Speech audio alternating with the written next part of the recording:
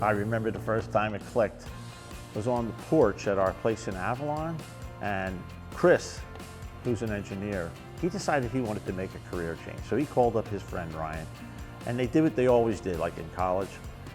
They came and they started home brewing again. And they were making a beer, which is now our Cape May IPA. And so Chris wanted to make a career change, and he was talking to Ryan, and Ryan says, well, Chris, you really got to do something you really love or you'll work the rest of your life. And Chris just jokingly said, hey, I like making beer. And Ryan said, why don't we start a brewery?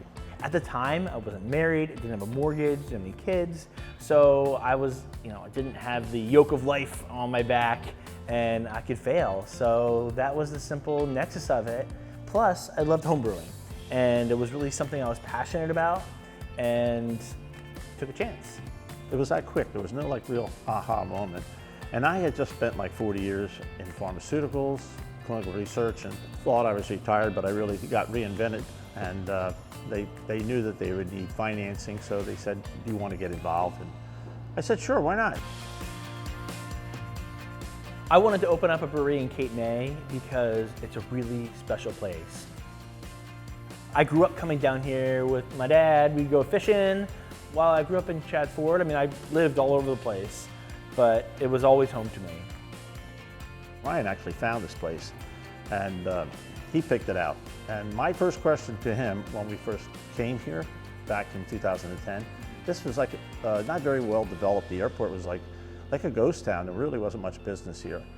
And my question to him is, how do we get our money back? this ain't gonna work. But he had the vision that this place was a great place to start.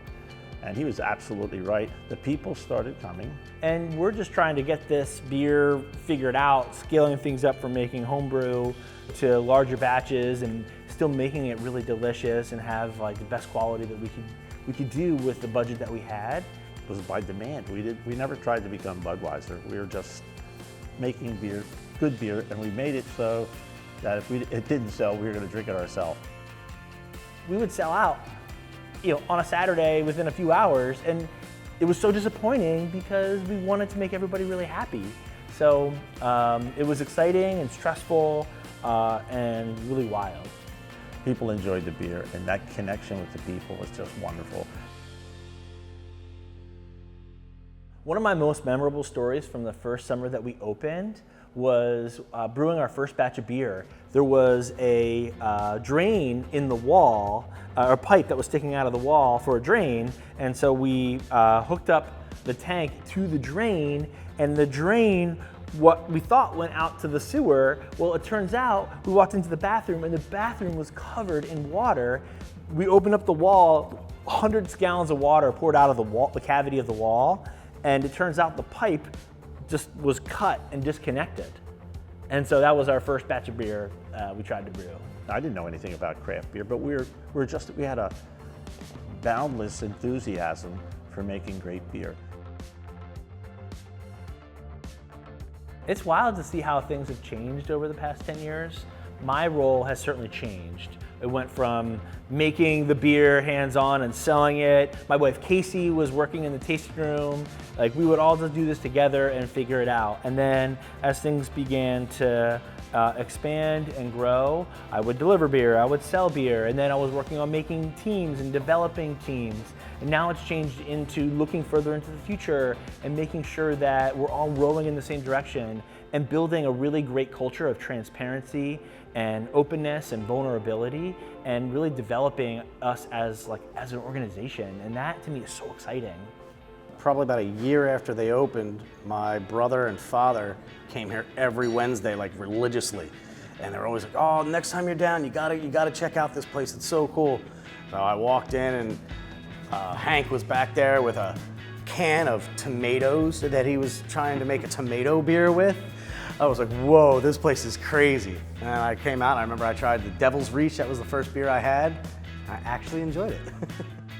So the first Cape May Brewing Company beer I ever tried was our alt beer, Control Alt Delete, as Ryan Krill explained it to me. I was a waitress at the Ugly Mug in Cape May. Ryan Krill was delivering in '01, which was a Mazda minivan, our first delivery vehicle ever.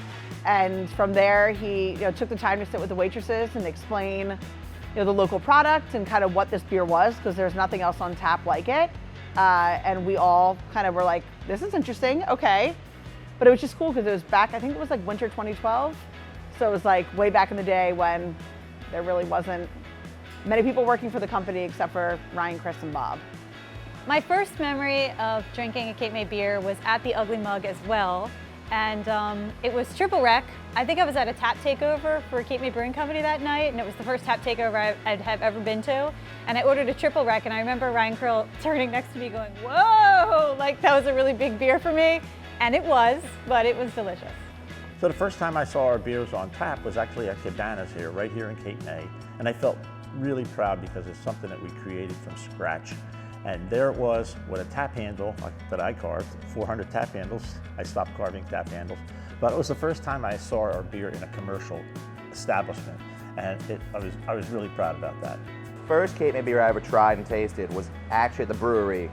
And I'm pretty sure it was Coastal Evacuation. I had actually just applied to the brewery at that point, and I actually went on the first tour through the new facility when they were putting the new cooler in. It was pretty nice. It was pretty cool. Got to talk to Ryan. It was definitely an interesting time.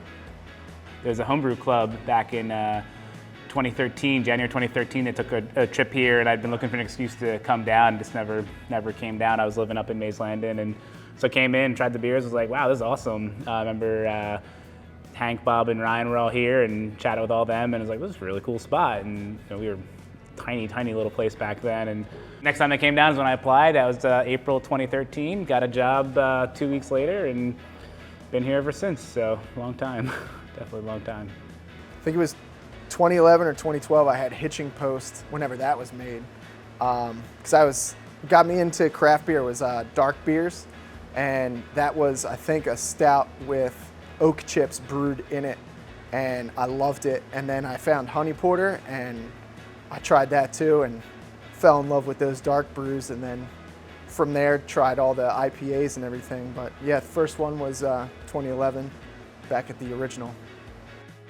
My first home brew was brewed in my apartment with my buddy Jarrett. We brewed a orange wheat beer, and we made it in our bathtub, and it actually turned out okay. I think by today's standards, it would be not something we would sell, but at the time, it was something that it was drinkable, and that definitely spurred a lot of excitement around beer. It also ruined the bathtub.